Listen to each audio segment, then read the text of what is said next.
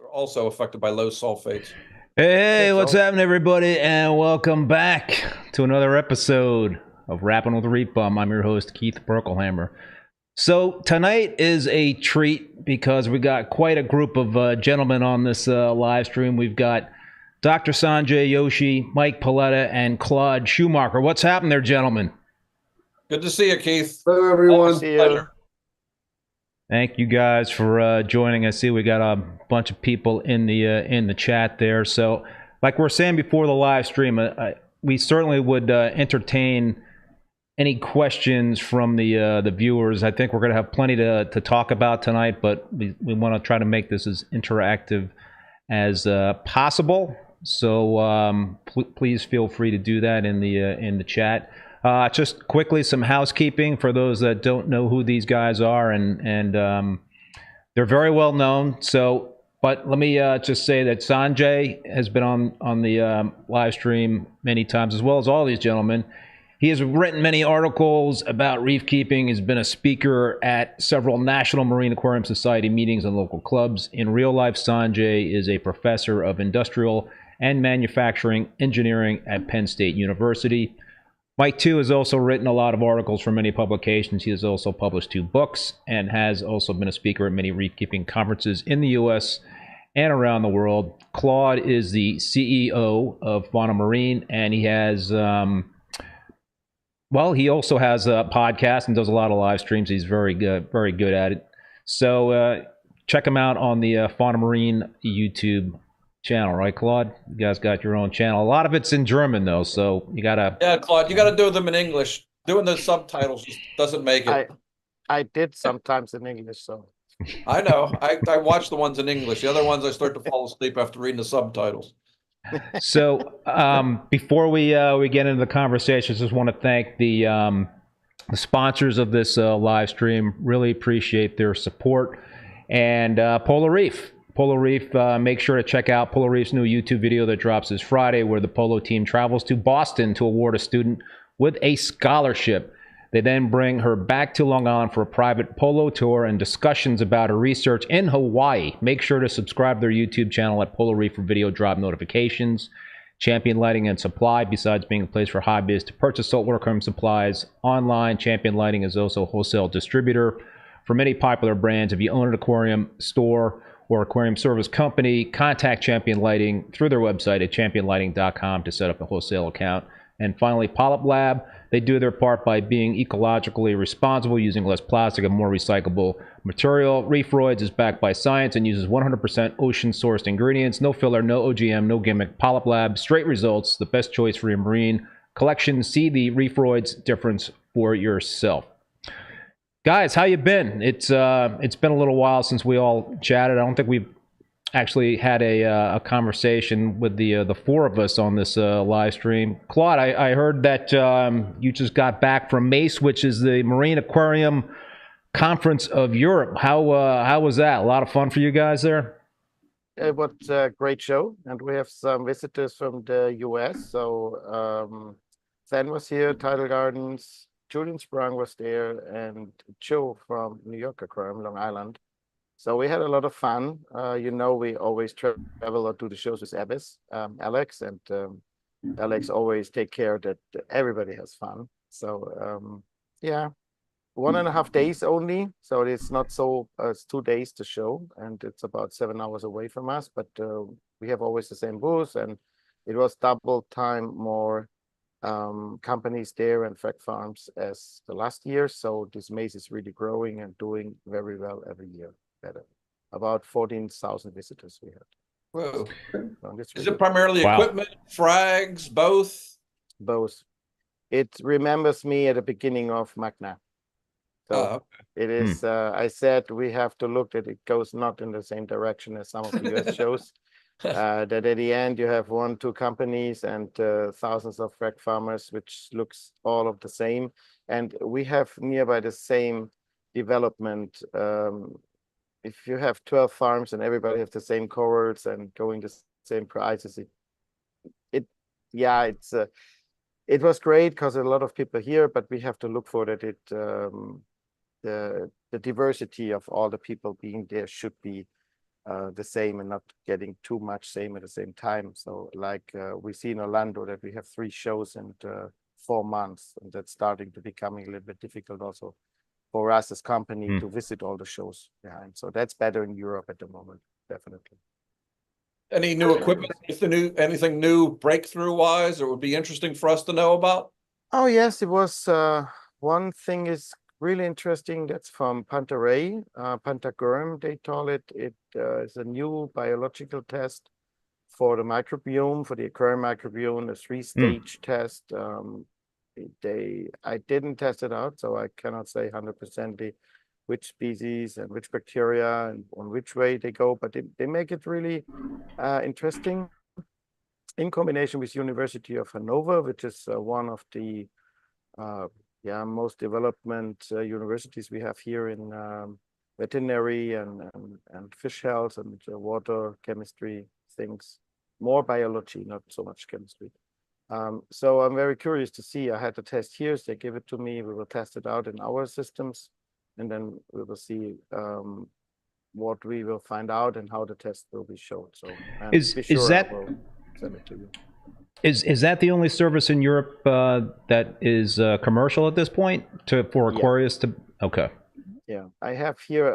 I have the luck that we have here a company calling CCAT. It's one of the first companies and really large doing all the DNA sequencing and eDNA. So when I want to have something, want to know, I can use the service from them very often because we do for them also some water test stuff. But it's not that easy as it hurts that like an ICP, because you need really to know what you search, that they have the right primers for it. And even if you have all this data, the interpretation of this bacteria things is really weird and really difficult to say that this is a result and this happens if you do that. That's all based on experience. And I must say, in my opinion, we do not know really good about the microbiome, not only from every coral, but also from the aquarium, what happens there. Because the change is so fast and the corals are so diverse. Hey, Claude, I'm seeing some feedback here that your volume is a little bit low. I think it's also probably due to the time of day that it is in Germany right now. It was like, what is it, 1 o'clock in the morning? And so you're you're a little bit more soft-spoken than you. Then I speak a little bit louder. Get excited and speak loud. Yeah, I am fully, you can't keep my blood pressure on. Do they have Red Bull in Germany, Claude? Are you allowed to take Red Bull? We have all the shit from your country we have here. So we are one of the greatest market for US companies, believe me that. There you go. Now you can't drink Mountain Dew though. My wife watches TikTok videos, and these guys from England take things that are illegal in Europe. And today they had Frosted Flakes and Mountain Dew, and they were like ecstatic that they were so good. And why are they banned in Europe? It's because they're all chemicals. Because we have in Europe 27 different governments, which is one by the next, not even more intelligent than in other countries. So don't let us talk about these, please. We have 27 of them. So you have only 2, so you're way better than we are. Claude, I was going to ask you. I know you haven't gotten the results yet back from the new microbiome test. Yeah. Can you comment? I mean, have you used the Aquabiomics? Do you know if there's any differences between what Aquabiomics puts out versus this new company in Europe? No, I can't. At the moment, I cannot do that. I see the Aquabiomics. We use it several times, but as I said, at the moment I find it very difficult to do a proper interpretation for it, and as very often it becomes too fast, too easy. So somebody doing this job and starting with that, which is great, absolutely. But then some people taking this and making clear words. This means, this means, this means. Even if the owner who do the test even don't say these things. So there's always a group of people telling things about, but have not the experience. By the way, not by keeping corals, and on the other side, not on the base what that really means. And that makes it very difficult for beginners and startups, even for such services, to come proper to the market and getting the time to develop the things that everybody can use it. And the interpretation or the software after these tests is more it's more difficult as many people think. You said Pantaray, the same company that makes the pumps, is bringing this out? Yes, exactly. That's Okay. that's Pantaray have the pumps. They have also some new nice gears to do wave makers and different things. Pantaray is a quite expensive company here and make it for big aquariums, so they are not very common in the standard aquarium industry, at the standard aquarium people. But I like them very much because they have always very good ideas and try to push them out and to develop the system. So he builds river aquariums which are really unique, or as I said, now these new tests. We will see it, and I will report about it in the next day. Do you know if it's going to be a potential U.S. based service people in the U.S. could order? And the second question I have is turnaround time. You know, what are they promising in terms of turnaround time for results? It's also not clear at the moment. The test by itself took 14 days. So if you start, you have to put some specific things in the aquarium, which needs 14 days that they can grow the microbiome on these samples. Then it's a three-step test, and I think between 1 and 2 weeks is the turnaround time after you send the test in. I'm sure that it will be available in the US as soon as possible. But you must see one thing, which makes us very difficult. If you want to send water from Europe to the US, it's even a challenge, even if it's seawater. So, but if you have bioactive stuff, parasites or bacteria, it becomes a really, really big difference. So as soon as you want to do it legally, I think it's not possible. It's too hard. Because the government and the customs don't know what it is. And we had such a specific thing with a bacteria where we work. It's a probiotic bacteria, a very good one, but it's in the family of the Enterococcus. And Enterococcus is really a bad bacteria. It's not good. There are 150 species, and 2 species of them are completely opposite. They protect you. They fight against these pathogen Enterococcus parts. But when you do that in a food or in a product, and they do the lab test, they only find Enterococcus, and then they will close the company immediately. So, because they cannot see which species is exactly. I got a question for all three of you guys. I know we've had Aquabiomics as a service for a while now. I don't know how long they've been around, a couple of years, 2 or 3 years, and we've kind of, I think, had our own experiences utilizing that data and acting on that data. Today, how would you guys utilize that sort of data in terms of the microbiome, and what kind of actions would you be taking on your reef tanks if you found certain things? I mean, I know it's a very broad question, but knowing what we know about antibiotics, are you as more prone to kind of pull the trigger in terms of using antibiotics to potentially get rid of pathogens, or are there other things that you would do first? Having done pretty much every antibiotic on my tanks over the years, and having worked with antibiotics for close to 40 years, I'm fairly confident in their test in terms of showing me when something bad is there. But usually by that time, I've run through a gamut of things to try and find out what's been going on. And as always, bacteria are typically the last things that you can track down and eventually eradicate. But as in a case where I found that I had a massive amount of Vibrio in the tank, I was having RTN, and then didn't kill it sufficiently, or killed it sufficiently enough that Arcobacter took over, and then I had to kill it.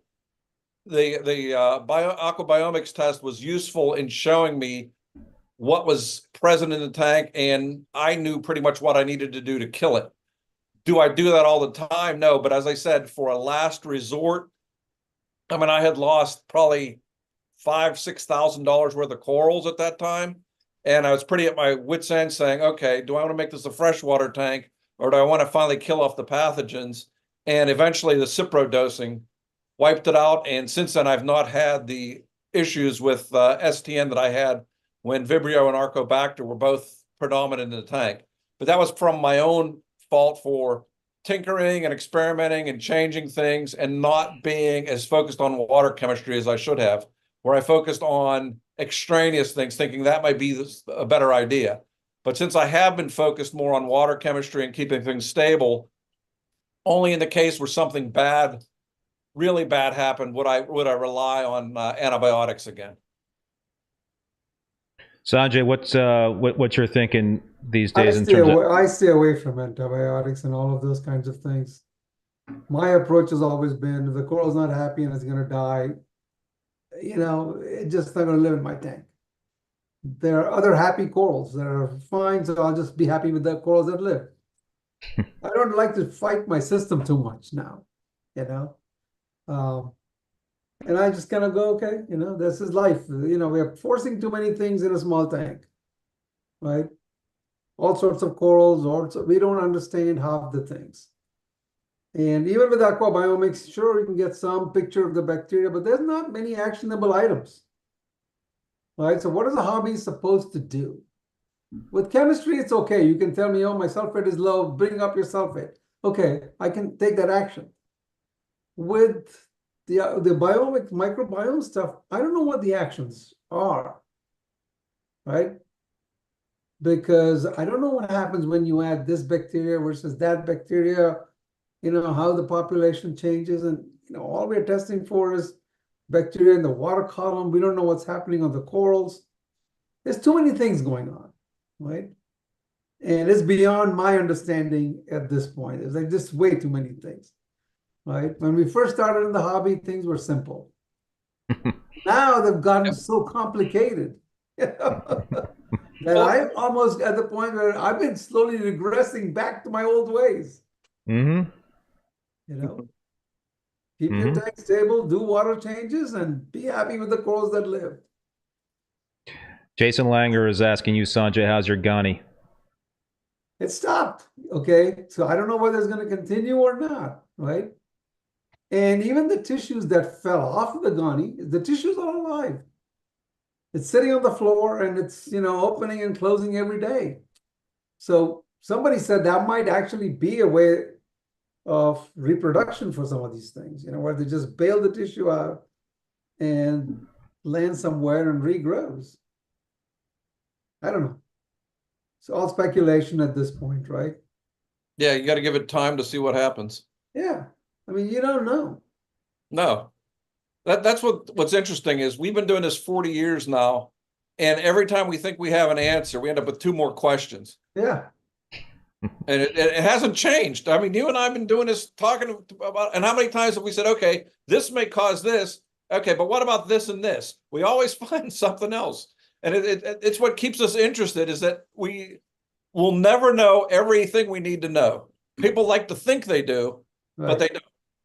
I always find that when things go south in one of my tanks, it's because I was experimenting and I didn't do enough research on those experiments, and that's what screwed me up.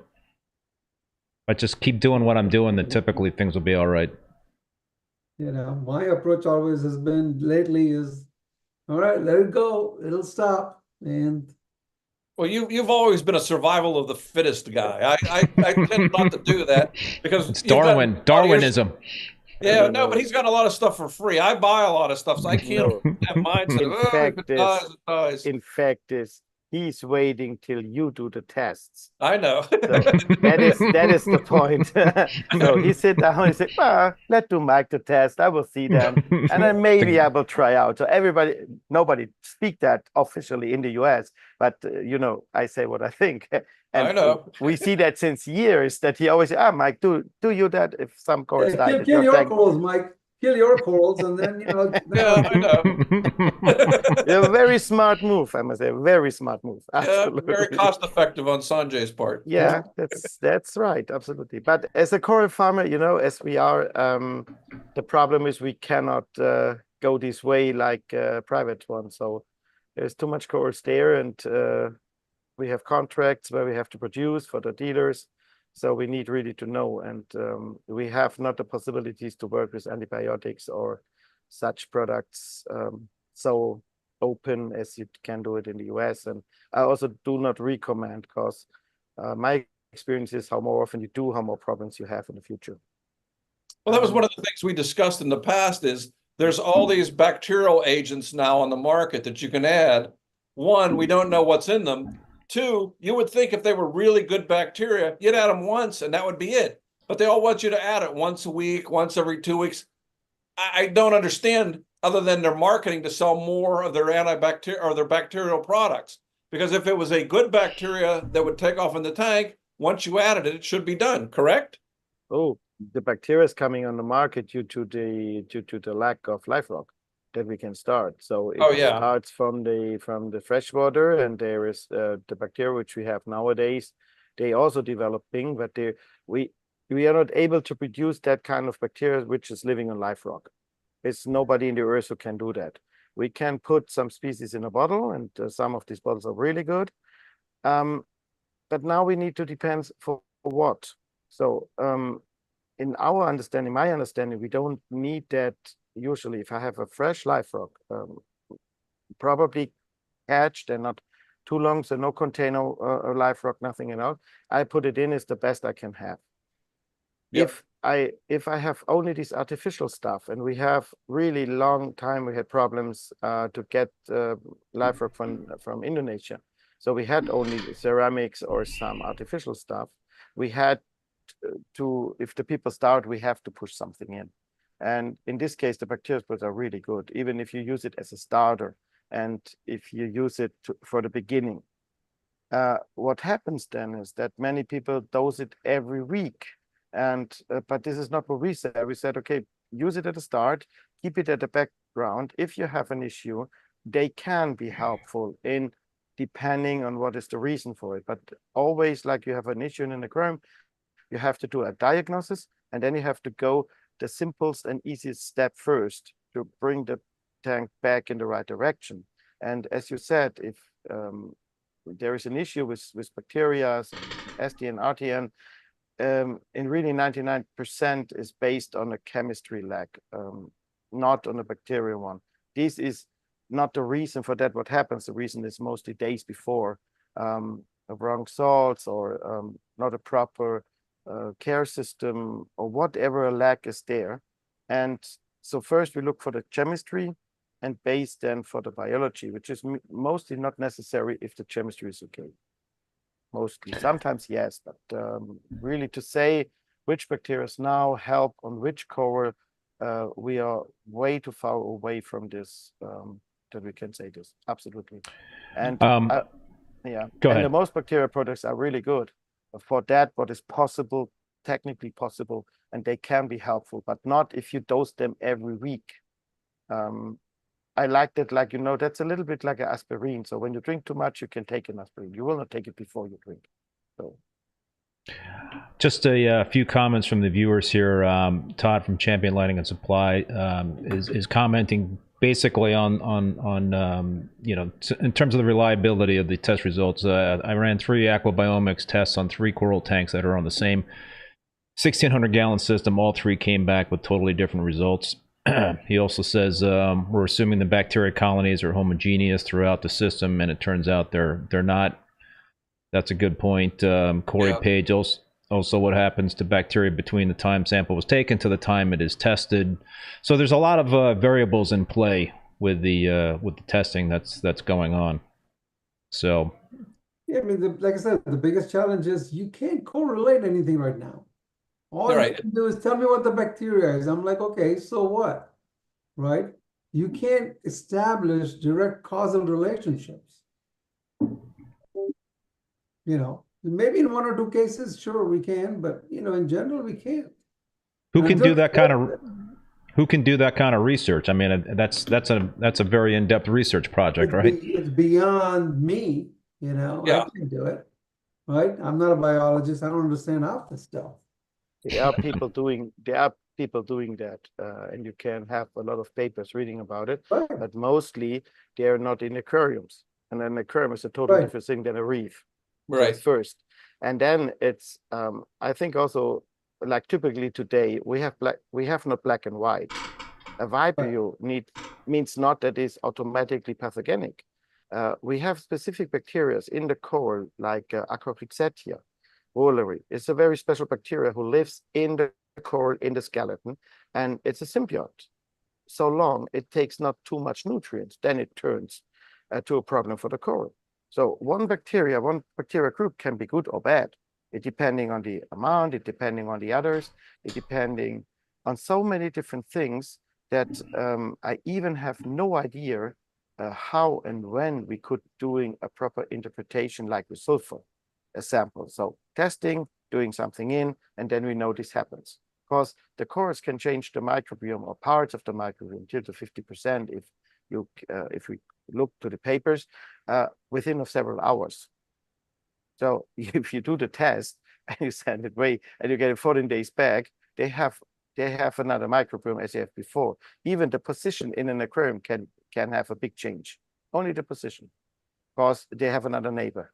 And this is so highly active also in the reefs that till now, even when we have proper tests, and even the test comes in 2 days, we even cannot breed these bacteria which we need, and it means not automatically then they go to the corals, so the corals take it. So I have no idea at the moment how we want to bring that so good to the customers as we can do nowadays with ICP numbers. No idea. Well, at the moment, no.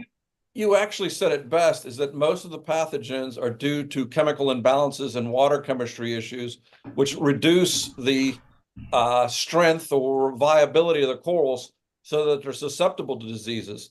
Typically, when I've had outbreaks of stuff, it's been from water chemistry being off and the corals not acting as robustly because they weren't growing or they weren't as healthy because their water chemistry wasn't right. It wasn't like I suddenly dumped in a big batch of bad bacteria. It's more or less there's always a wide variety of bacteria and pathogens in the tank, but whenever you lose the water chemistry or use the integrity of the water chemistry where it's not where it should be, you stress the corals, and that's what causes them to be susceptible. It's the same way when humans. Stress is what causes you to get a lot of diseases. Typically, when you're stressed, your immune system goes down and you go into fight or flight response. I'm assuming the same thing happens with a lower level organism like a coral, is that when it's stressed, its ability to fight diseases and pathogens goes down, and that's why it's more susceptible. That's why it's so critical not to stress the corals by water chemistry changes and to keep things as stable as possible. But it's not just water chemistry changes, right? I've seen this in my tank many times. When I go in and do heavy fragging of the corals and take out some big colonies, the tank takes at least a month or two before it gets back to being happy again, right? And all I did was took out some colonies. But it probably changed the whole bacterial composition by doing that. And then it takes a while before it resettles. Yeah. Sometimes you take out colonies and you take a frag of the colony and you put it back and say, okay, I'll restart the colony, and that frag doesn't grow. It was growing before. It was growing like crazy before. Now you took out the whole colony, puts a little piece of it, and it doesn't want to grow. Well, discuss this. It takes 2 to 3 months once you put something down, sometimes 6 or 8, sometimes never. We both have gotten Palmer's Millipora from Keith. Neither one have ever grown for us. It has sat there in the perfect same spot. It makes no sense. And I've moved it to different spots. It still doesn't take off. That was Keith's business case. So do the chemistry in the water like that, and no frag growing it at other places. That's right. People got to keep buying it. Selling it. You can keep selling it. Yeah. I don't sell anymore, so I can't tell. I don't know what to tell you. But now it won't grow for you. See. I do have to say, so interesting. I think I do have to say that's one of my. At the end. Yeah, I was going to say that has to be one of the hardest corals, I think, to keep in terms of the acros, the Palmers, and the Tyree purple monster. I can't tell you how many frags I've given to people, and it's the only frag in the whole system that craps out for some unknown reason, and it doesn't grow. Right.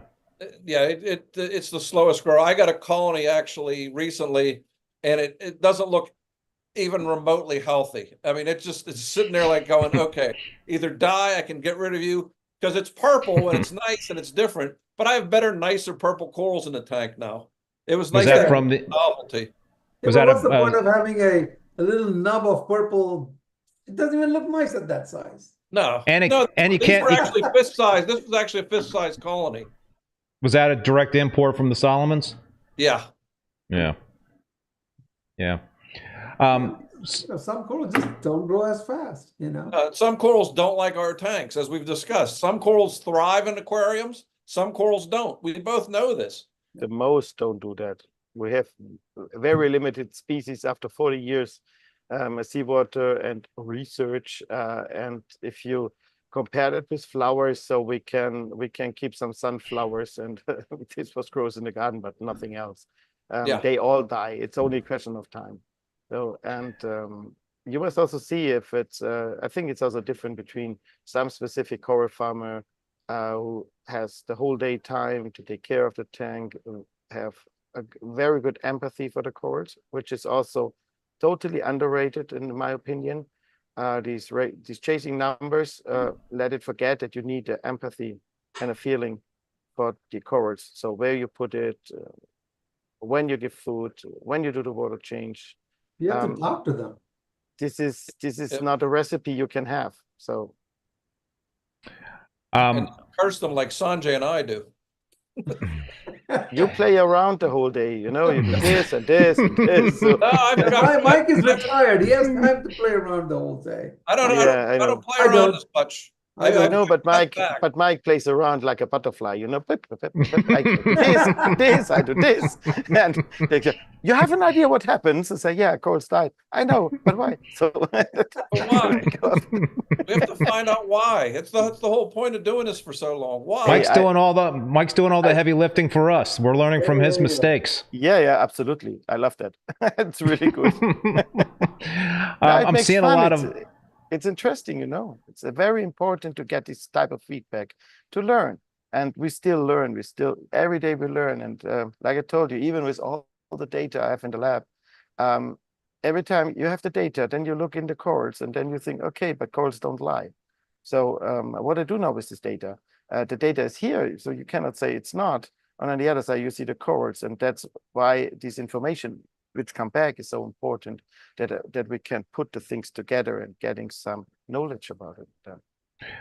I'm seeing a lot of mention of live rock in the chat here. Amanda Meckley, Jason Langer. For you guys, a question: live rock. How imperative is it for somebody starting up a reef tank to have at least part of that live rock versus the dead dry rock? I would say it increases your likelihood of success exponentially versus starting with dead rock. So one of the first conversations I had with Claude was 8 years ago in Italy. We were talking about Sanjay and I are having these difficulties with these new tanks we set up using nothing but dead rock. And he said, yeah, there's no bacteria, there's none of the microfauna, there's none of the stuff you need. And that's why your corals won't grow. They just sat there and then they would gradually fizzle out. We were both having the same problem. So then we both started adding some actual live rock to the tanks. They stabilized and we could keep things alive again. I mean, I know there's some people that have been very successful, and I'm not saying you can't, but if you're starting out and you want to increase your likelihood of success, I would get live rock. I mean, you can be successful with dead rock, but just make sure that put your marker of success 5 years out, not a year away. Yeah. Right? Yeah. In 5 years, it'll be all bio, it'll be active, and it'll be good. But most people don't have that patience to wait 5 years, or 3 years even. Right? And then you even buy bacteria with the corals you bring in. I think when you put corals in, the bacteria comes in with the corals. Yeah. And that's also a really big misunderstanding. The surface, what nowadays will be put in the aquariums, is way too much decoration, so way too much rocks. The key of success is that you have a lot of corals and as limited surface as possible. We want the bacteria on the coral. The corals are the filters, not all the rocks and all the things. And I still see in the US and how many things will be put into the sump. I see so much often live rocks in the sump. The sumps are full of live rock. This is not what we mean with live rock. So, yeah, or dead rock, even more worse, because there you have all the depot effect. So you buy with this dead rocks a lot of phosphate, and after you buy a lot of phosphate remover, and the phosphate remover also takes elements out. So they are not so sensitive to say, I take only phosphate, I take fluoride, I take everything else out. So if you do a nice decoration that water can flow around, that everything is oxidated, and then you put maybe a few pounds by 100-gallon live rock, that's enough. You don't need that 100 of pounds. if I see sometimes, but you need it freshly imported. It should not be older than a few days, and it should be flight and not by container. So live rock, a really good live rock cannot be cheap. It must, you can see it's alive and it smells like sea. And then you will have, then I can 100% with, even with all the data here and 40 years, the tank starting with good live rock, be way more stable, faster, and live longer with less problems as any other artificial ones. Till today, I must understand this. Yep. In average. My opinion. I mean, it's like planted tanks, right? You have set up a planted tank. If you set up the tank and put 1 or 2 plants in there, you always get so much algae. But if you fill it up with lots of plants right away with fast-growing plants, algae doesn't take hold. Right. Every freshwater aquarium guy knows this, so they feel it really fit. On the other side, maybe make a better picture. What happens if a farmer make his land ready and make some corn on his field and put only five corn plants on it and do the fertilizer out? So every shit will be grow, but not these 5 plants. That's no farmer do that, no planters do that. But we try it now because we come back. When we look back 20 years ago, if somebody come into the stores and started the aquarium, so they started and 1-2 weeks later they come, and then was time to buy corals, and then they put all the colonies. So soft corals, this one. So we have several pounds of biomass coming immediately into this aquarium. Now we buy the sticks, sometimes only this size. So, and then SPS, cause we want to have the first what we want to have is all these most expensive small SPS sinks. So then we have maybe 1 gram of biomass in a 500 gallon liters of aquarium with about 2 tons of dead rocks. Then we put a lot of bacteria in, and then mostly a very crazy other stuff on it. And then we are blaming all the shit because these small aquapores don't grow. They're losing totally the way how we do it earlier. And the early way to do it was first we set some soft corals in, so the sugar of the soft corals can raise the bacteria. Then we're waiting at 1 week, then we put snails. After the snails, we put some fish.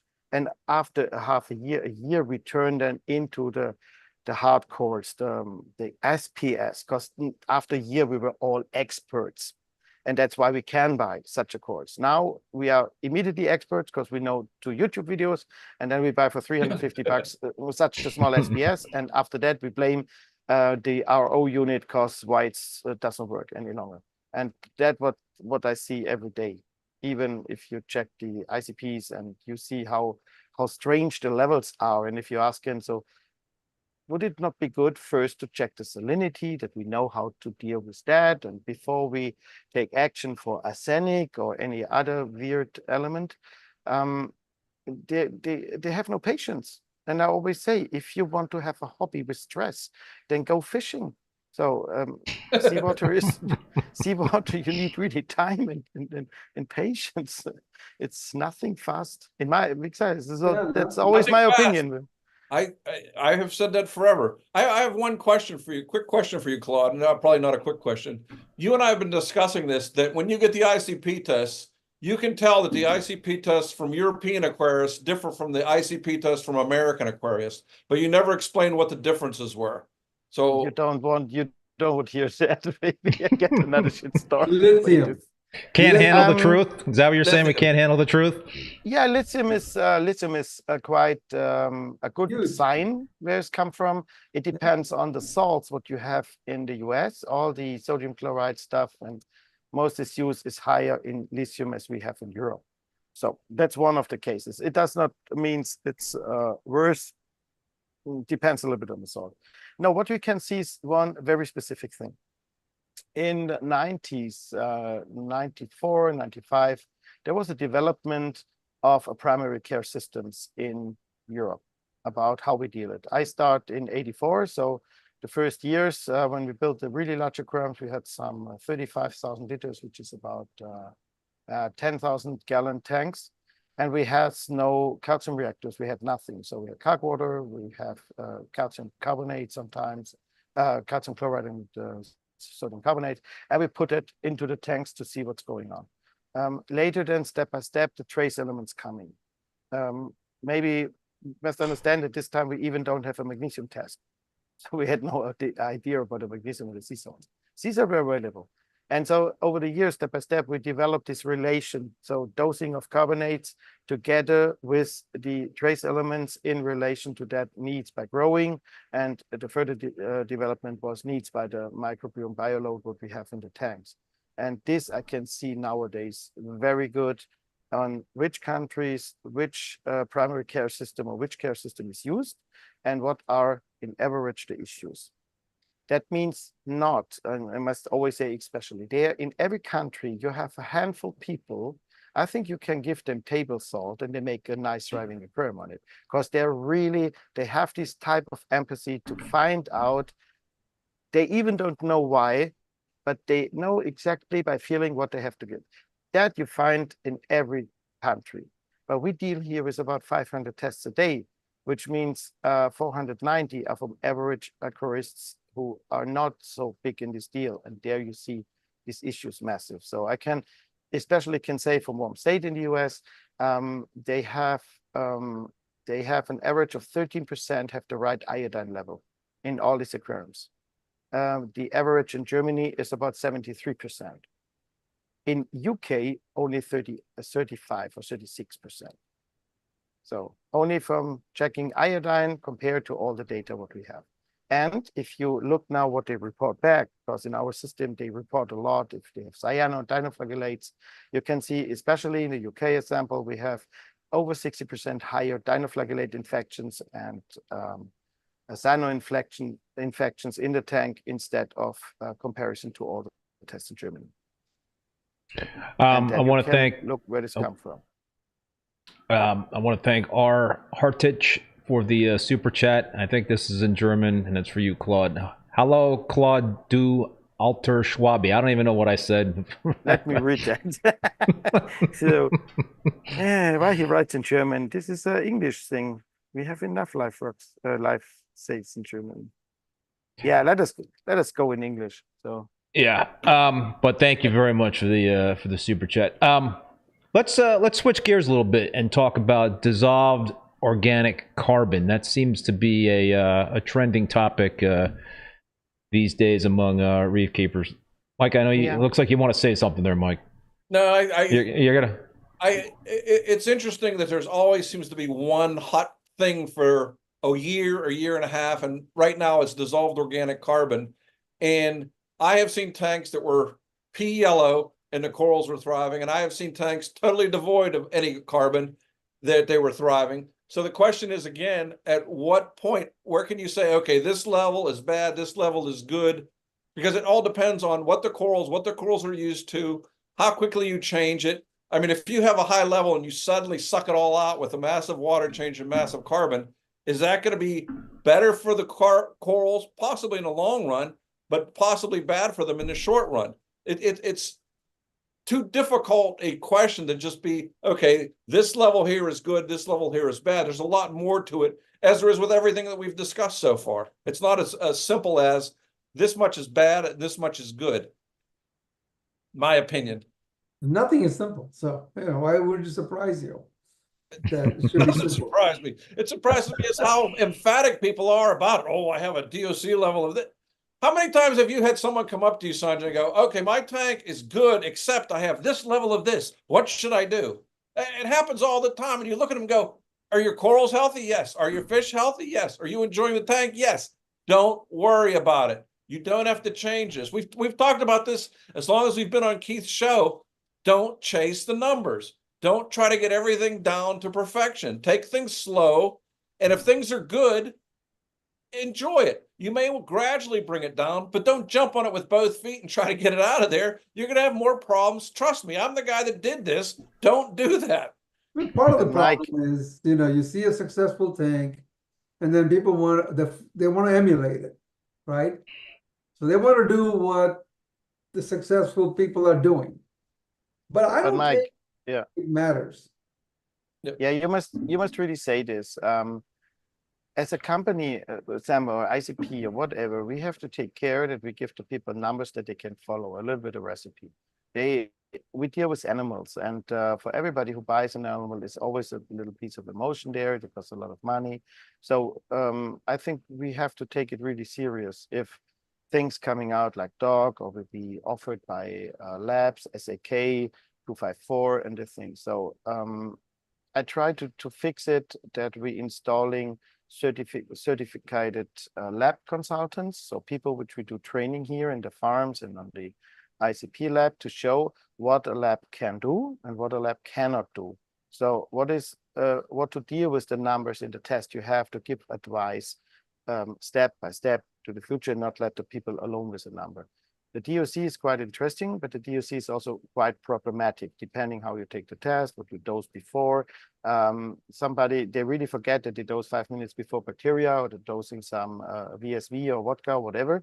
And then you put your sample, and then your level is a rocket high, but it has nothing to say what's going on. So also here you need trends, you need the history, you need the things which were used, and then you need an experience. How does this person deal with the aquariums? So we have sometimes engineers, they run on numbers, you can't believe that. And then we have sometimes kids or even the ladies, and the ladies do it mostly better than we guys do it. They go more with empathy on the things and have a little bit more patience on it. So I think the interpretation and to have experienced people who do the support, this is the most important thing for the future, because we have to give them numbers. So it's easy to say, don't take care of it on the other side, but these people, they have no experience. They need some numbers where they can hang on and when they can follow the line. No, I'm not saying don't take care of it. I'm just saying don't get it down to the absolute perfect number in an hour after you find out what the number is. Take your time with everything. Because this leads to one of the things we've talked about a lot. Someone will have an absolutely gorgeous tank. They will lose one coral. They'll do an ICP test and they'll see one thing's off. They will try to change the whole tank, which is thriving, to figure out why they killed off that one coral. And this happens all the time. I get an email a week from this. My tank was thriving and I lost this coral and I have this number. What should I do? All your other corals are doing thrive. They may have killed this coral at night. You don't know it's sweeper tentacles and all the other things that go on. Like in this soft coral tank behind me, I was losing stuff. I couldn't figure out why. I put some Mithrax crabs in there 3 months ago to get rid of some Valonia that was in there. One night I come downstairs and I look with my classic red flashlight and I see a crab in there the size of the palm of my hand. And I'm going, holy crap, that's big for a Mithrax crab. Then after looking, I'm going, it wasn't a Mithrax crab. It was a aggressive crab that was eating the corals and eating the fish. So I had to go get a skewer from the kitchen and go through its head and kill it. Those are the kind of things you find. I mean, one of the bad things about being retired is I'm now an insomniac. I wake up at 3 o'clock in the morning and can't go back to sleep. One of the good things is I now go check the tanks at 3, 4 o'clock in the morning, and I found all kind of crazy stuff going on in the tanks that I didn't know was going on in the light. But this goes back to, if you have a whole tank that's thriving and one coral dies, don't change everything to try and figure out why to save that one coral. By the same token, if your tank is thriving and your DOC level is here and you want it to be here, don't bring it down to here overnight. Take your time and gradually do these things. Sorry, I was yelling. So you kill crabs at night, 3 o'clock at night, you go to tanks and kill your crabs. Okay. I go to my tanks and kill the crabs. And so I found crazy mollusks, a bunch of other things. That's when the bad guys come out. Yeah, I know. But this thing had to be there for a year because it was literally the size of the palm of my hand. I mean, this was not a Mithrax crab. This was a giant brown crab. That's what happens when you buy these Mithrax crab on a discount. Yeah. They morph into a monster. Yeah, that's it. Thanks, Rob Alexander, for the super chat. Yeah, I mean, geez, those nighttime hours, that's when the bad guys come out. You know, I mean, that's really. I know. That's why 2 red flashlights for checking out the tank, and I've learned to walk very quietly because they seemingly sense any vibration and hide. And even with that, a lot of machines and noise you have in your basement aquarium. So even then they can hear it. It's also fantastic. Somehow hear So, all right. So, just for people that might not understand DOC, we're talking about organic loads in the aquariums, and I mean, historically, I've always just kind of looked at my phosphate and nitrate levels to try to get an idea in terms of potentially what could be building up in terms of undesirables in the reef tank. But what other parameters should we be looking at if we're not doing an ICP test, Claude? You mentioned that you guys can measure that the DOC via the K254. What other kind of parameters can we be looking at as an indicator that organics are building up on our tanks? There's a quite simple test which we developed, I think 20 years ago. I don't remember this exact year, because at this time we have large discussions about organic in the curve. So this is not a new discussion. It comes every few years.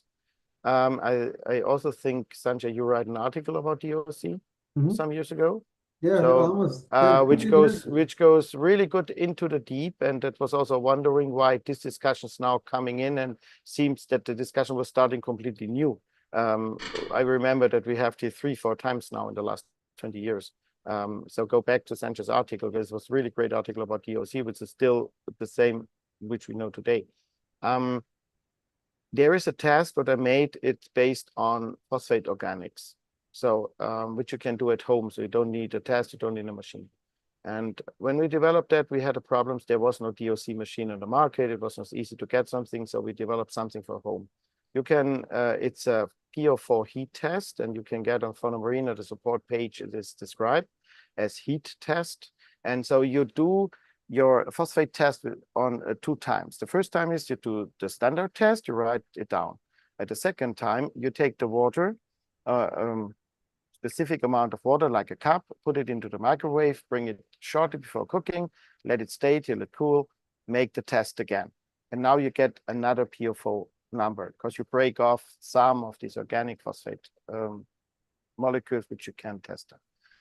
And this average, we collect all this data. And also there we see after a certain factor, we can find out, okay, more than 80%, 85% who has this factor, they have cyanobacteria, or they have these issues. And so you can test it at home. What is good to have is 1-to-1. So the test with the heat and the test with the cold water is 1 by 1. And the problem starting after 1 to 2.2, 2.5, usually. So in this range, you should have. We had massive discussions at the beginning of this. We have some marine chemistry guys here, which we also quite the same group like US and the US. We have here in Europe, and so I publish this data, or I give them the data. At the beginning, they also said this is not scientifically, and I said, yeah, sure, it's not scientifically proved in a lab, because the people do it at home. But if we have enough people doing that, and we have a lot of tests, then we can maybe read or creating a factor which gives a help without having a lab. 2000 was not to think about to have a lab with all that what we have today. And after 2-3 years, we had about 5,000, 6,000, and then you see step-by-step the factors. Until this time, we collect this data, which you see on the ICP test, that we have the total phosphate, we have the order phosphate calculated, and we have the order phosphate, which we do with specific machines. And the relation between the two is a very interesting number, who gives me the possibility for interpretation if the tank raises up too much organic compounds, if we can do something against this, so the water becomes yellow or the water becomes too much phosphates depose due to precipitations and stuff which going into the tank. It's only a factor, it's a number, which is very helpful for this. And the people can do it at home. It costs no money extra. So some ways to control DOCs, activated carbon, phosphate absorbers, skimming, water changes, removing detritus. This is really fantastic. We know that since Sanjay, since when we know how to get rid of yellow water with the bucket test. So we had it 20 years ago. We had a white bucket test. So put the tap water, put aquarium water, look in. If it's yellow, it's shit. So what we do then, water change, sand siphoning, change a little bit of rock, ozone, UV, carbon, a good carbon, slowly going through, and a good skimmer. What we can do today, let me think about, the same. We have nothing else. So I have no idea why this becoming such a rocket science. Microbioming is rocket science, but yellow water or components which coming from the shit or bad food into the water, or from nori's or from whatever, the humin acids and flavonoid things what we have in it, this is something which we deal with 30 years. The aquaculture deals with that since 50 years. You have tons of paper you can read. Everybody writes the same, so it should be really not a big deal to get this under control. I think everybody wants a bottle from Fauna Marin that they put in the tank, the water becomes white. Yeah. So there you go, Claude. There you go, Claude. You got to come up with a filtration media like carton. You just a bottle. Look, when I make only a new recipes, even not a product, I have shitstorms. So that's maybe I do slowly with such a product. For that, who wants to have a bottle, H2O2 can be used also for that. Yeah. Yeah. So a peroxide was the name. Carefully. So, carefully. Yeah, you should know how to do, and you have to have a stabilized one and an unstabilized one. But okay, somebody who knows how to deal with that. But I think it's a simple way. Use a proper and a good primary care system. Use a good skimmer and take care that the skimmer can work. Do a water change and siphoning the sand. The sand is also a biotope, and do not feed cheap food, which is a lot of color and things in, and have good corals, and then you don't have problems with organic. So this is easy at the end. One last question on DOC. So, Claude, you mentioned the use of UV ozone to bring them down. That's a topic in terms of using UV that, you know, some people like UV, some people don't. What you know, do the benefits outweigh the negatives with UV? Everything what we can do have advantages and disadvantages. There's nothing which is only good. Okay, Fauna Marin. No, it's fine.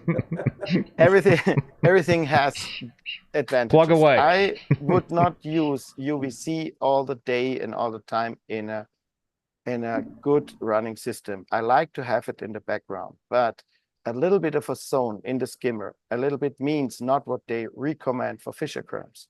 A little bit is a tenth of that what they recommend. So for a 500-gallon tank, I would use 50 milligrams. As the only simple test, if you can smell it out of when you take your nose over the skimmer and you can smell a little bit, then you are at a tenth of the amount which is allowed to have in rooms. So it's not a dangerous thing.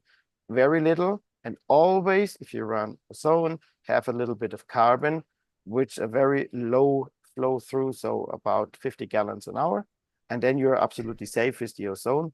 We do tests here for bromates and for chloroform, for bromoforms, for all these bad things happens with ozone. We never find it, even not in the farm. But as soon as we run the ozone way too strong, then we found it. So, but in these low levels, how we use it, it's not a big deal. And it helps from beginning on to keep the tank very clean and oxidation. And so you have not so much reducing processes in the tank. I like way more than the UV. If something happens in the tank, that you have a high bacterial load in the tank or parasite, then put the UV to the tank. But I like to have such things in the background. Makes sense. All right, let's switch topics again here. I've noticed some calls to talk about bolus in the chat here. So why don't we talk about bolus? I know you're gonna keep Claude up all night now. He's never going to sleep. I know Mike is doing bolus.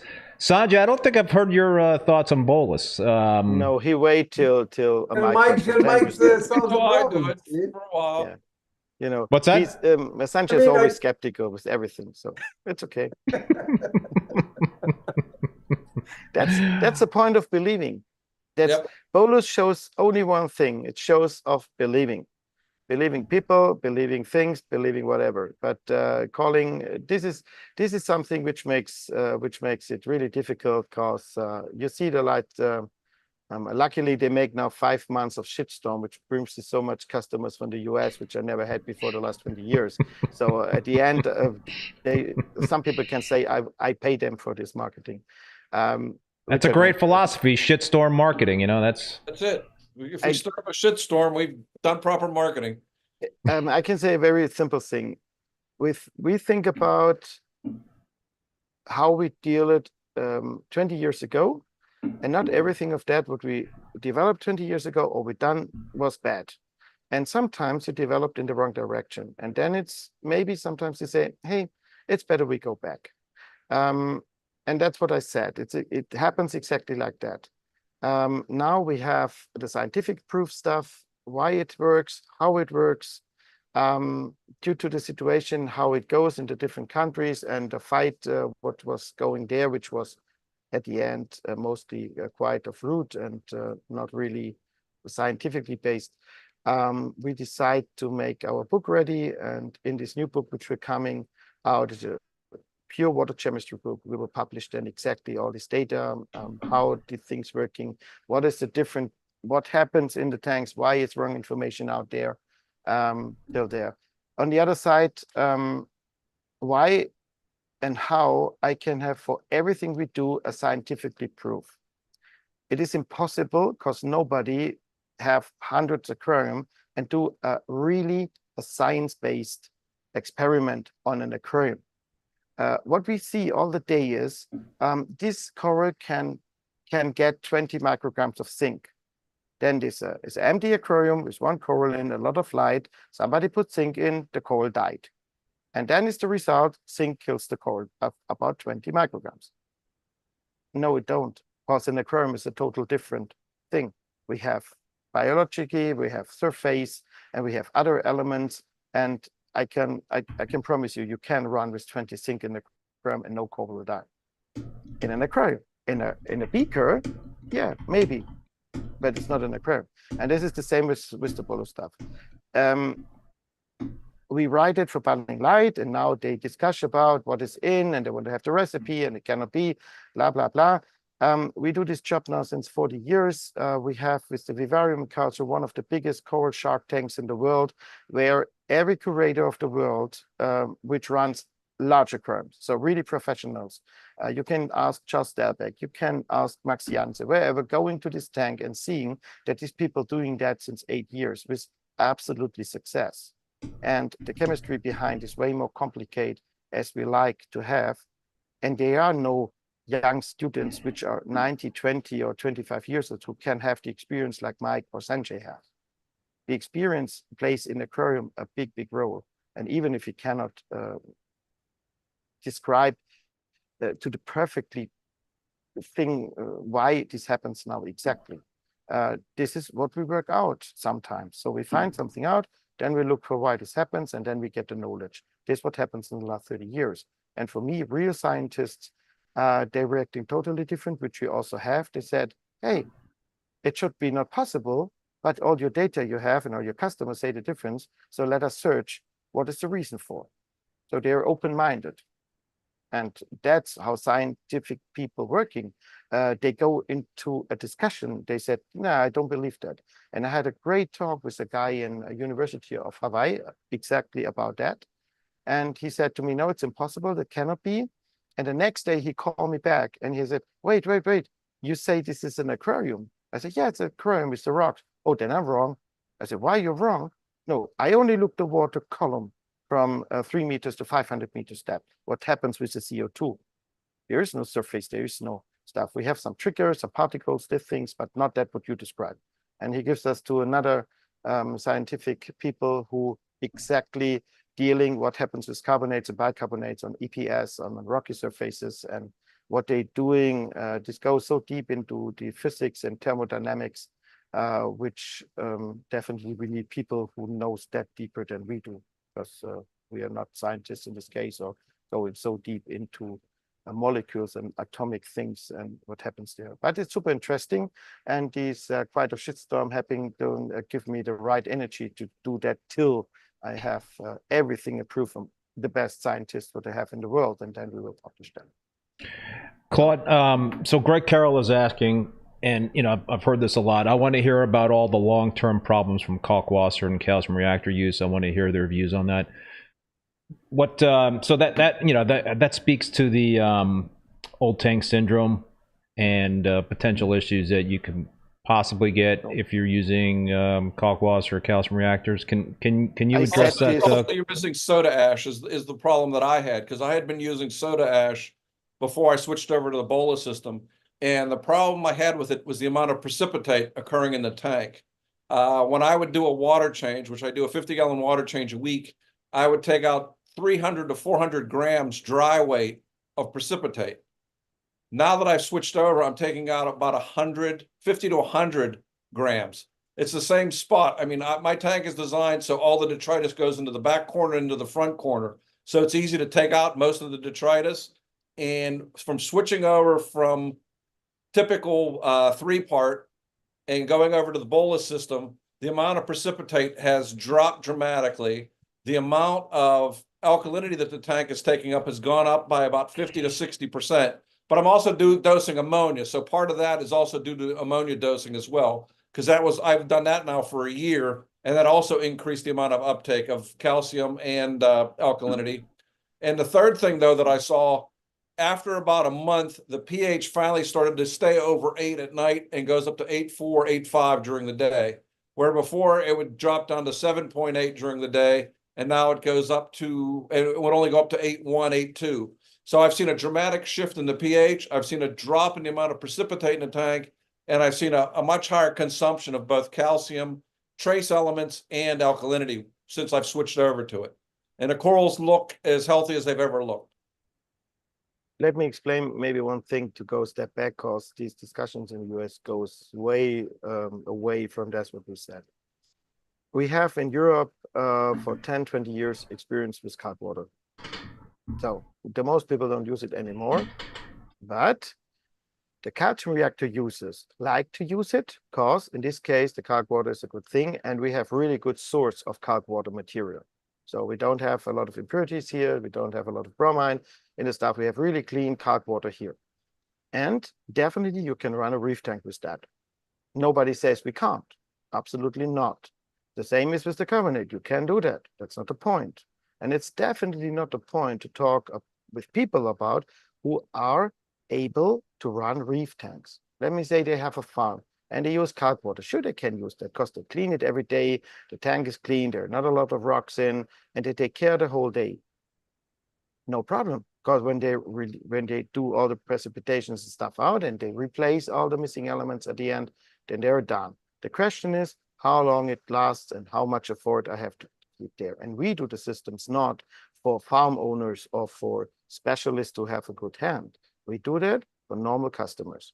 And the old tank syndrome is something, the proof is there, which has to do with precipitations and the sink of element and organics into the surface.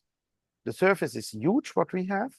It's more than a soccer field or more than a football field with a simple 200-gallon tanks. And we fill up all these rocks, all the stuff with our phosphates, with nitrates, with all the dirt, with all the organics, with all the trace elements. And that's what brings the tank over the time into this old tank syndrome. We call it today lazy ass reefer syndrome. It's Joe Yayula. Yeah. Which describe at the end over-fertilizing of the system because we have not the export of all the stuff which we produce in. If somebody do that with calc or with the carbonate and he cleans the tank, he do that, and the tank is full of corals, then they can run a reef tank. So this is the point. We never say something different. It makes no sense for us to use these elements any longer because these high pH values, which you put into the tank immediately after you put it into the tank, you will create precipitation. And it is definitely wrong that it happens only goes to magnesium hydroxide and then it goes back into water. This is wrong. It is absolutely not correct. It happens, the fallout will immediately take elements and organic into it.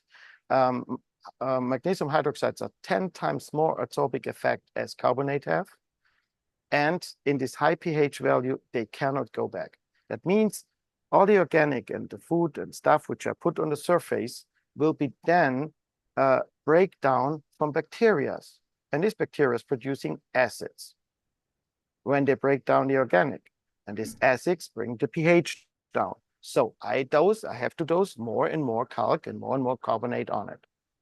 If I do that with bicarbonates, the effect is totally different because bicarbonates first reduce the pH, then it goes up. At the end, when I have the same alkalinity, I will have the same pH. The difference is that there's a back releasing of this depot effect from the rocks slowly back to the water. That's why people change it to the bolus. First see that the phosphate go up, nitrate goes up, how older the tank is. And it is like I say, we have this proof for the things. You can calculate it because the difference what we talk about is not a beaker. It's not a closed system like it's written in the book. It's an open system with a highly active bacterial and rocky surface. And that's why I have so different things happens when I doing this one-time dosing against several-time dosing, or also why we talk about this broken buffer system, which was only a name by it. Everybody can simple proof. If you run with calc, if you run with carbonate, stop the dosing, you see that the alkalinity crashed down within 24 hours of 2, 3, 4 points. If you do that with bicarbonate, it crashes not down, it keeps for days stable. That's why these large aquariums with this massive, and like I say, there's an article from Charles Delbeck coming, he looks with his own eyes. We dose the carbonates every 3 days, even not every day. Every 3 days would be dosed. Hagenbeck, Hamburg, one of the world famous aquariums in the world, some of these big ones in China, every 3 days will be dosed. And the average is about 3 DKH. What is done? So, and what we ask for is, when we dose this amount of carbonates or bicarbonates at one step, why we cannot find the alkalinity. So I know that Sanjay always say it makes me fear to add 4 DKH in the tank. But in this case, we don't have the 4 at once. So in the water stays only 1 or 2, and the rest comes back over the time. Like I say, we had 5 months discussions of the things, and some of this discussion were wrong. About that, what we say, the point is nobody needs to do that. And we said, especially we write that for our company. So as a company, we cannot write manuals for other companies. This is really crazy that this coming to the topic when we describe a system. I'm really not allowed to do that for Tropic or for other companies. They have to do their own thing. And the base of this is based on the chemistry view on bicarbonate to carbonate, not what is in the bottle, not what is about the thing. So we add another trace elements. We have the liquid days to this. There are also organic compounds in. This is my system. The carbonate has a certain pH, the bicarbonate has a certain pH, and we describe only what we done, what we find out, what is our work. If somebody want to use it, he can. If nobody says he has to do, and it says not that the coral farming, and I see that there are also quite successful coral farmers there. If they find their personal way to work with that method and creating good corals on it, great, let it run. It's all good. But we can discuss about advantages and disadvantages. And there are sometimes systems where I say, hey, put some calc in if it's necessary to, and then going the way you search. So we are not so focused on only one thing. Absolutely not. Sanjay, what are your thoughts on bolus? How come you haven't taken the plunge yet? Yeah, my corals grow really well the way I'm doing things right now. Right? They're very happy. They're doing good. I mean, I read about what Claude is talking about. I see some things that I go, all right, some of these things make sense, right? It makes sense to get all your values up right before your lights turn on, right? Get the corals going, right off the bat, right? Otherwise, typically, if I look at my system these days, my pH at night goes to 7.9, close to there. right? It goes up to 8.3, 4, 5 hours after my lights are on. Okay, and then once the lights are off, it drops very fast, back down to about 7.9. Does it work? Do my corals stop growing? No, it works pretty well. I mean, I had my corals spawn this time, right? Yeah, So but then you have they're getting Sanjay, what they need, right? They're getting yeah, what they need from the way I'm doing things. yeah, but then Okay. it's the rule number one: never change your running system. So Yeah, so that's Yeah. it's okay. one of the reasons, right? Yeah. But I do see some of the advantage. Like, if, you know, maybe there is, you can get faster growth. But I look at my tank and I go, what the hell am I going to do with this faster growth? You're trying to get it I'm consuming, my tank consumes 3 DKH every You're looking day. for ways to decrease your growth.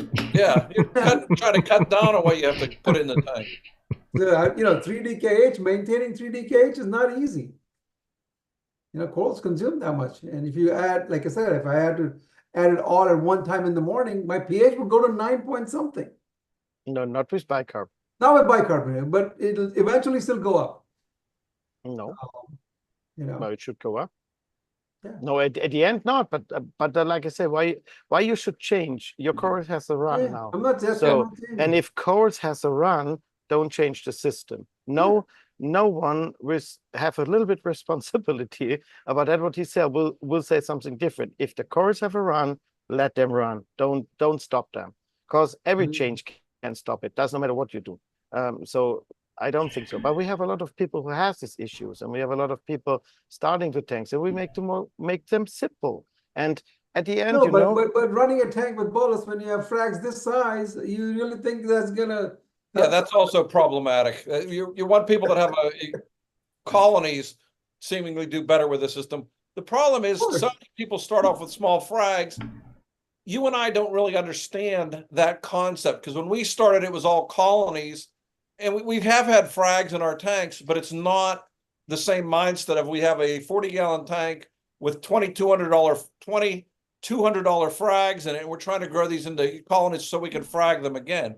That hasn't been our mindset, but unfortunately, that's the mindset of a lot of people in the hobby now.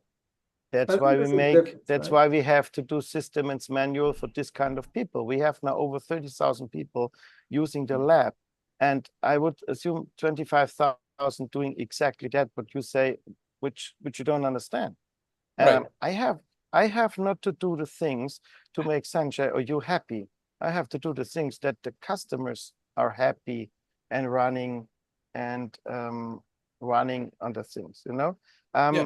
What maybe is a little bit coming down now about this has not so much to do with Polish, but the difference between the US and the European way running tanks. And what I do is I use data. I use all the data from the ICP coming and the interpretation. So we have a big interpretation team. We have a big interpretation team who deals every day with about 200, 300 customers who are asking for help. So, and that is what we have to do. It is, I really love to chat with all the peoples who has a good success to find out why and when, and this is learning. The bolus by self is also developed to make some problems away. It is how to dose it, the pH go up, we give them the trace elements on it.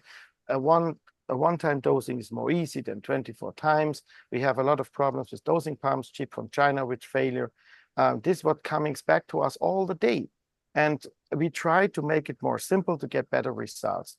And when we go to the US and we said, hey, doing this way or all over the world, and people try it out and has success, the corals grow better, the pHs level, we don't need to deal with dangerous goods. We have a way better stability in the trace elements, which make it better, and I can see it on the lab.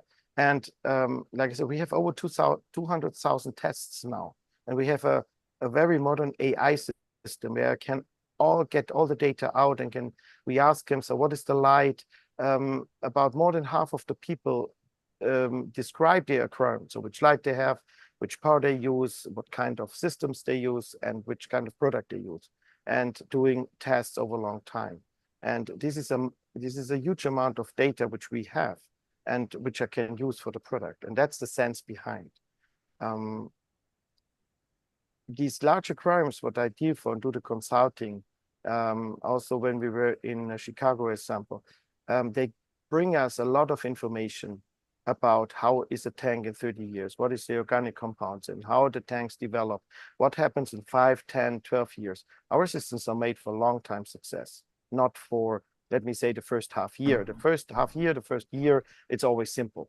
After 2 years, it starts to become a challenge. Because who can people know nowadays which food is good, which food has a lot of organic, which food is trash? There's so much products out that it's impossible for a beginner to see what's going on. So that's why we provide, like other companies, we provide a system.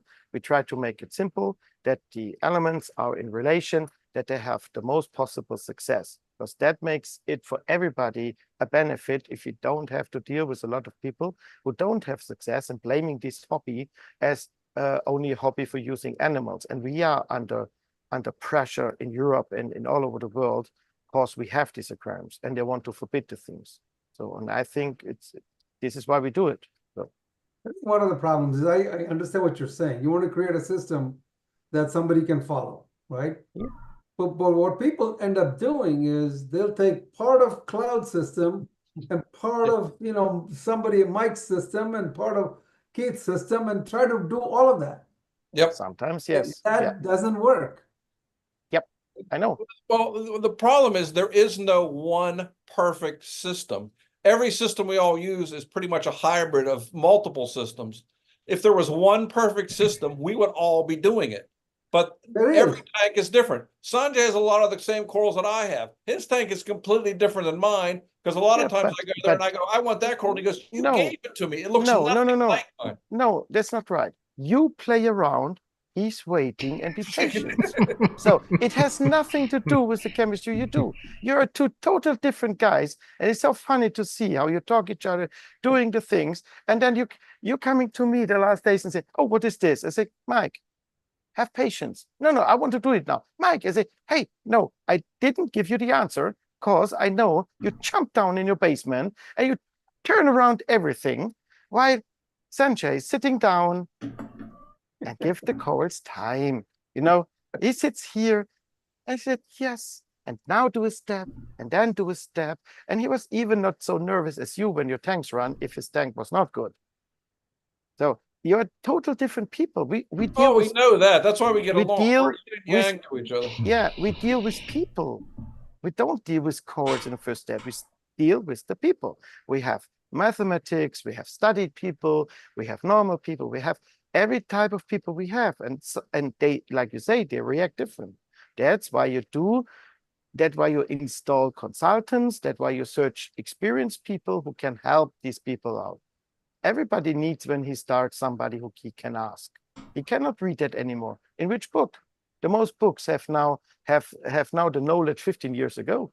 Yep. There's no new book, and there's so many wrong information out there in groups and WhatsApp groups and these things. Why experts they have a half a year per tank, look to videos, and then they call them experts in a WhatsApp group and telling people what is to do. And after the crash is coming, then they come to us or to my colleagues and asking, hey, how you can help it out.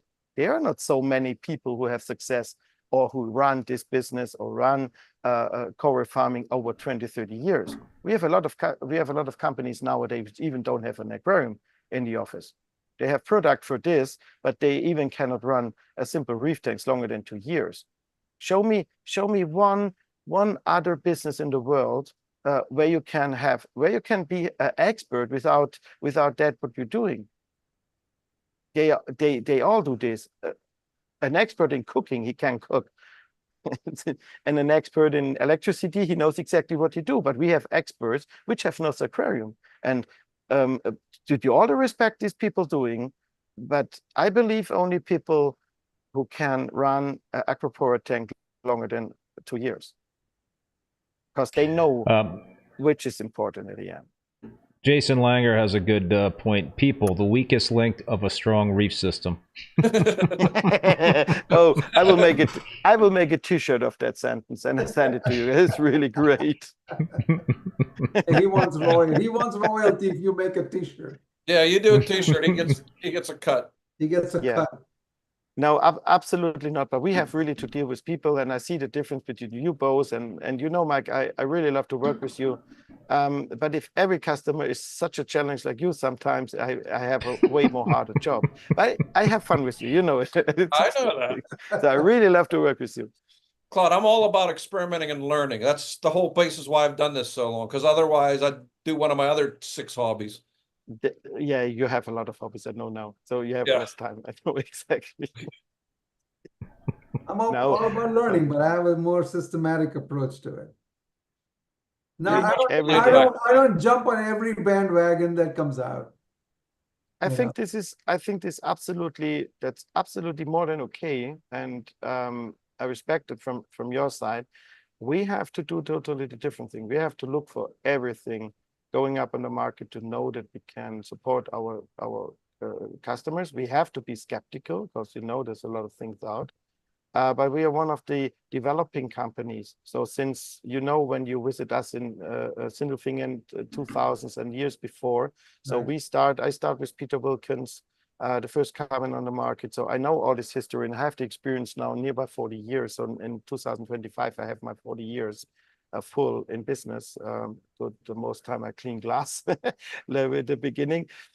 Square miles, I think I have the state of New York, I clean the glass or glasses, but okay. Yeah, but we still learn. It is every We still day learn. something new. Still learn. Every day Yep. people coming, reporting something which at the first thing is impossible, and then you look deeper on it and say, oh shit, it is definitely. And when we start the ICP and getting I had former, when I worked in the universities, the breed sponges, I had access to machines, so we had some data. That was not a problem. But later now, with all the data, we see that we do 10 years long mistakes due to believing and not due to data, and to see what's going on. And we have to change the product, we have to change the recipes, we have to change the meaning after that. So in the last 10, 15 years, 10, 12 years we do it now as ICP, we learn more as the years before. Only due to the amount of that what's coming in. And there was a lot of things. Luckily, there was not written down so much like today, which we said in 2000, 2005, I would not, it's good that it was not written down. How long have you been doing ICP testing, Claude? Here with my lab, my own lab is 12 years now. And before in the university, it's another 5 years, but I would not say it was the same. We had access, we could ask sometimes, so what is in the product, what is in the water, but there was definitely not the understanding. And before was a guy doing ICP starting from 2005, around 2006. He makes a little bit a trace element mixture, and he do a lot of tests of material. So the concrete, which we use to make the rocks, or some rocks, or the salts, that was quite interesting, the things he published, but it was a few tests in a month. So now we do 500 a day. It's a total different amount of numbers, even if you collect them between the public aquariums, between the aquaculture, between the private aquariums, between the farms. So we have a lot of farming. Farms are doing the test regularly, and so we also see the difference between the different systems. Well, you even said between countries, you can see significant differences. Yeah, absolutely. And there is one thing which never happens in the US, I think, is these development. It becomes popular with Mr. Belling from Tropic Marine. He published it in '94. We have done a little bit the same fight like we have today with the bullets each other, because I say this is a theoretical view. I like the practical view, and turn that into the Balling light system to make it more simple and to change the recipe of the elements, which becomes also a discussions over the years, but differently to today. The discussion was hard. They were fighting over weeks about it, but it was always a discussion into development. And to argue, and it was face to face. So like between me and you and other people hearing around. Today, I have to deal with people hiding behind number, behind anonymity. You have no idea where you talk for. If it's mostly, I think these are paid people from other companies because of fear of system coming or whatever. So I would not make a lot of believing in them. That's one of the problems I see with the hobby right now. There's very little development.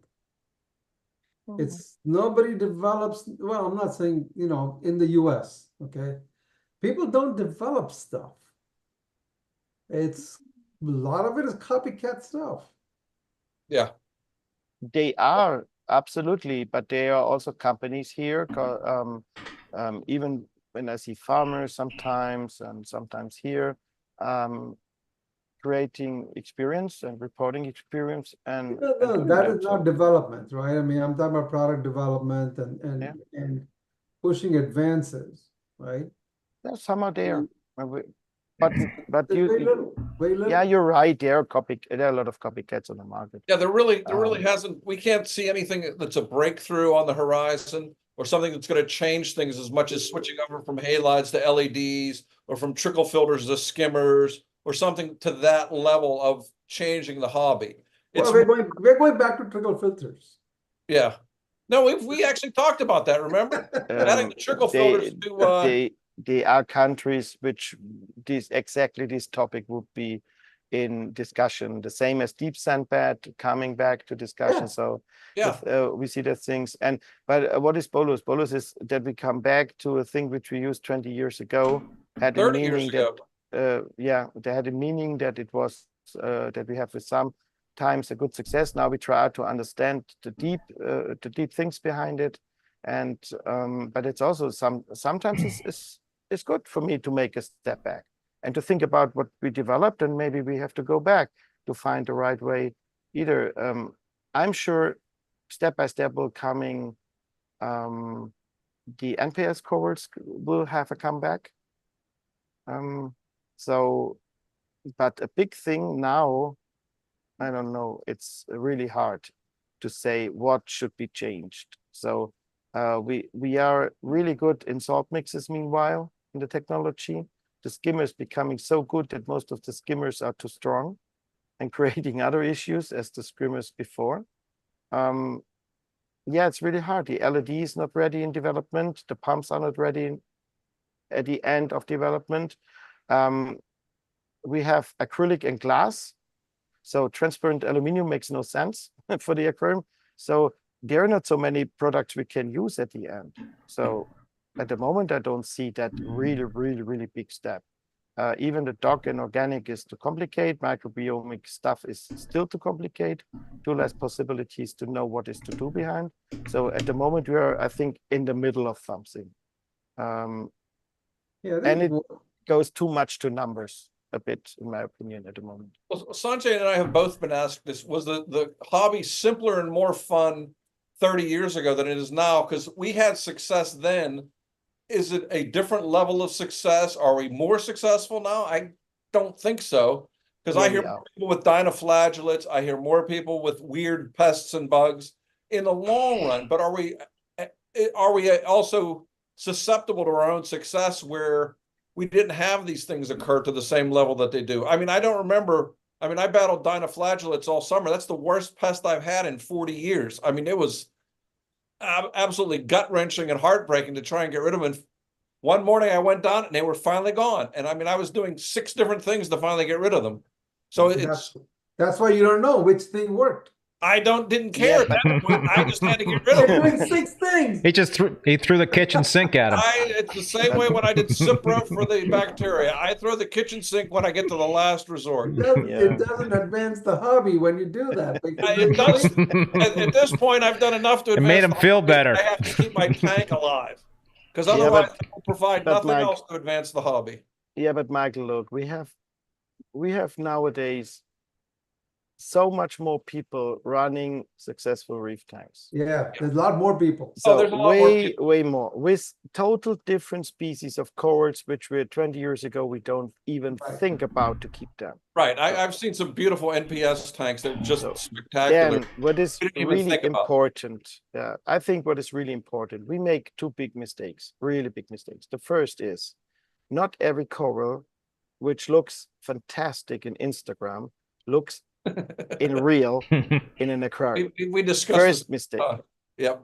Second mistake is now everybody has the possibility to talk about his problem.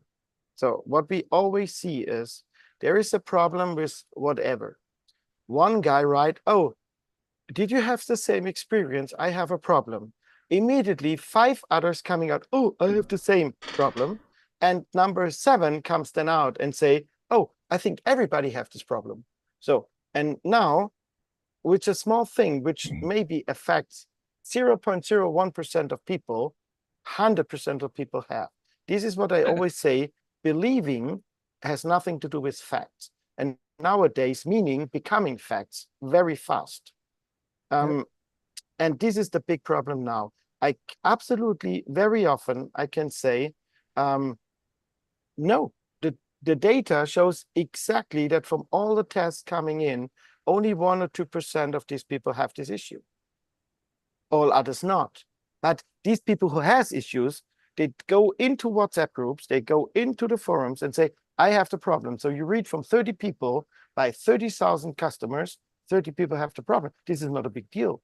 But it looks like everybody wants to have this specific coral, which is showed on Instagram, which never looks like this. We have the situation with the Walt Disney in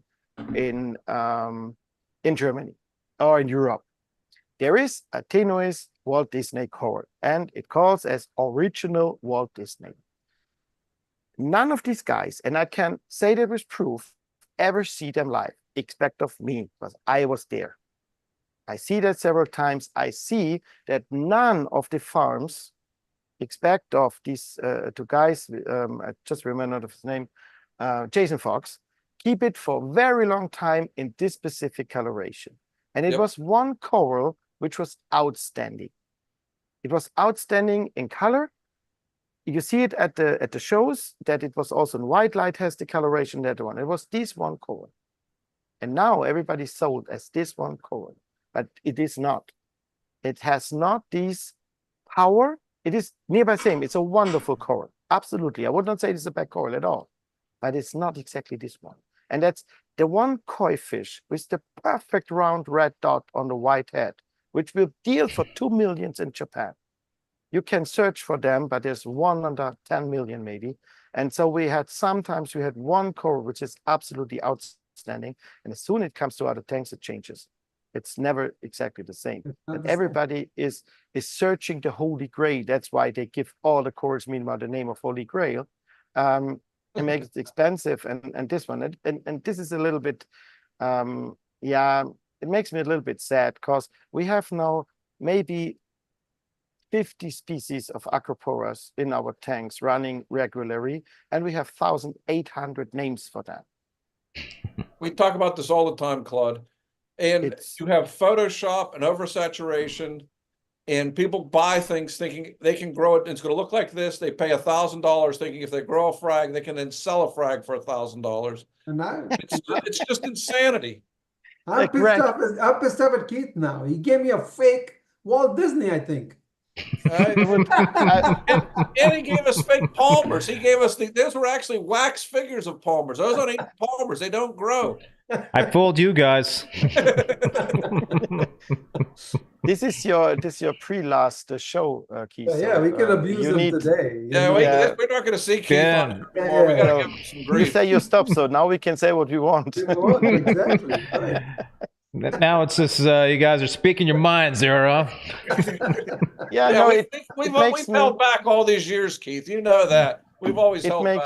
Yeah, but it makes me a little bit sad because I know really good farmers out there in the US, in Europe, everything, which have really, really passion, and they do a hard work and they bring fantastic corals out. Yep. And then you have the let me say the others who dealing a little bit with lower things, keep them higher, and make this good work for these great farmers bad.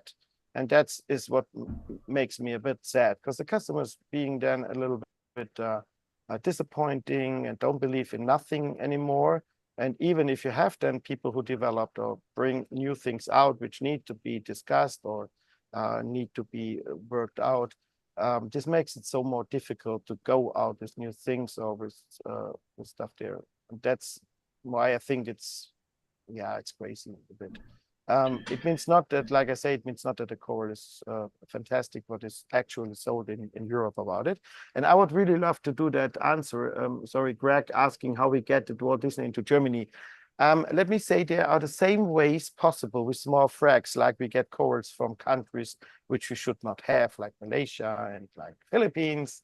You know, if you're long enough in the market, you know exactly how this goes. You have a lot of companies follow the rules. You have some don't follow the rules. It is like in every business. You ever see Cloud walking through the airport? He always walks very funny.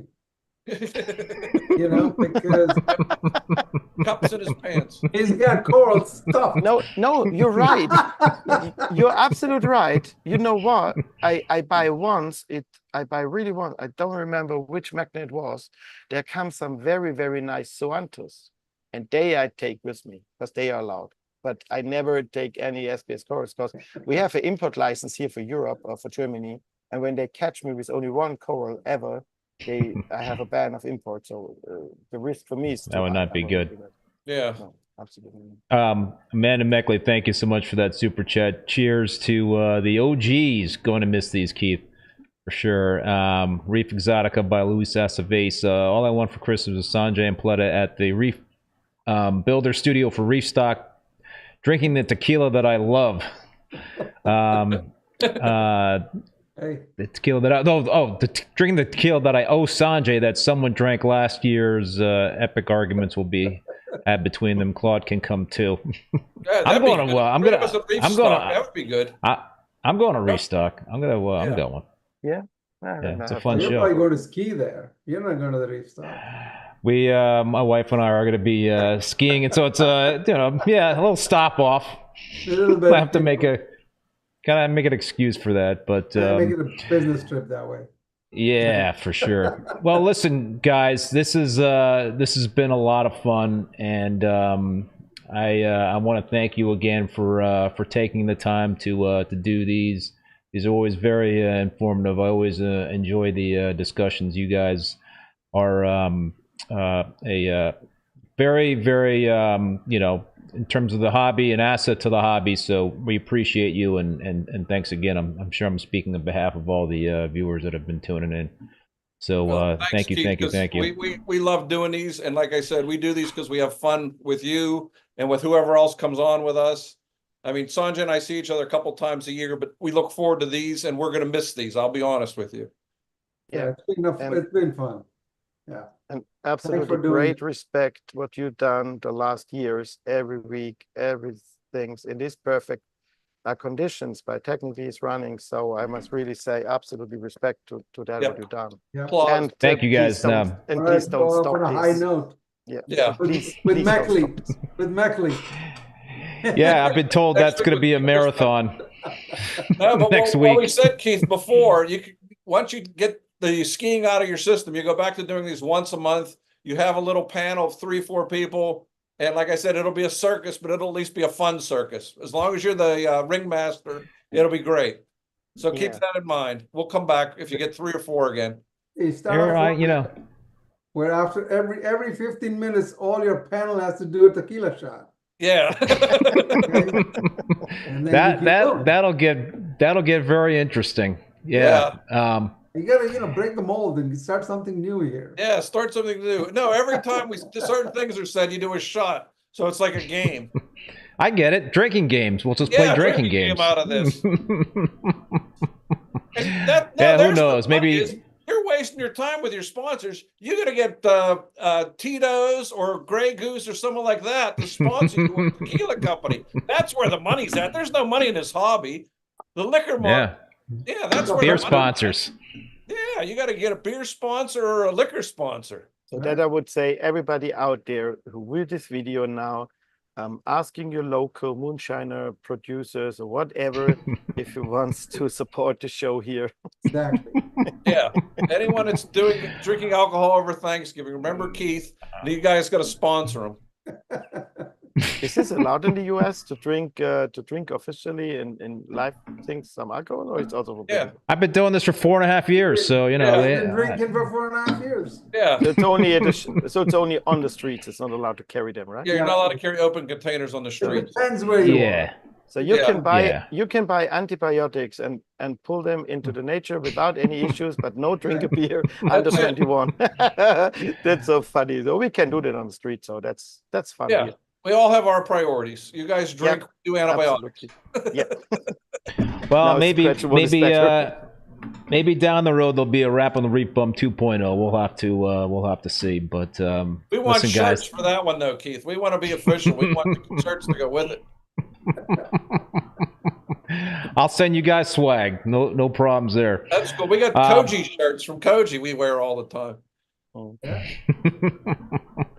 Well, guys, thanks again. Happy holidays. Also want to thank the sponsors of this live stream. Really appreciate the sponsors. Claude, you've been a sponsor of this channel, and I really appreciate you for that. So thanks to you and all the folks at Fauna Marin. I also want to thank Polo Reef. Make sure to check out Polo Reef's new YouTube video that drops this Friday, where the polo team travels to Boston to award a student with a scholarship. They then bring her back to Long Island for a private polo tour and discussions about her research in Hawaii. Make sure to subscribe to the Polo Reef YouTube channel for video drop notifications. Champion Lighting and Supply, besides being a place for hobbyists to purchase saltwater aquarium supplies online, Champion Lighting is also a wholesale distributor for many popular brands. If you own an aquarium store or an aquarium service company, contact Champion Lighting through their website at championlighting.com to set up a wholesale account. Finally, Polyp Lab, they do their part by being ecologically responsible, using less plastic and more recyclable material. Reefroids is backed by science and uses 100% ocean-sourced ingredients. No filler, no OGM, no gimmick. Polyp Lab, straight results, the best choice for your marine collection. See the Reefroids difference for yourself. I want to thank Greg Carroll, who was moderating tonight's live stream. Paul was unable to make it, but thanks to those guys. Appreciate it throughout the episodes of this show. Also want to make sure that people out there join and support their local reefing clubs. They're so important to this hobby. Also want to let you know that all episodes of Rappin With ReefBum are available as podcasts on Spotify, Apple Podcasts, Google Podcasts, Stitcher, and Amazon. My next and final episode of the show will be on Monday. Monday, December 2nd at 7 p.m. Eastern Standard Time. My guest will be my buddy Chris Meckley from ACI Aquaculture. Who knows what's going to happen with that show? It's going to be a marathon. But until then, be safe and be well, and later. Happy Thanksgiving, everyone. Happy Thanksgiving, Thanks. everyone. Bye-bye.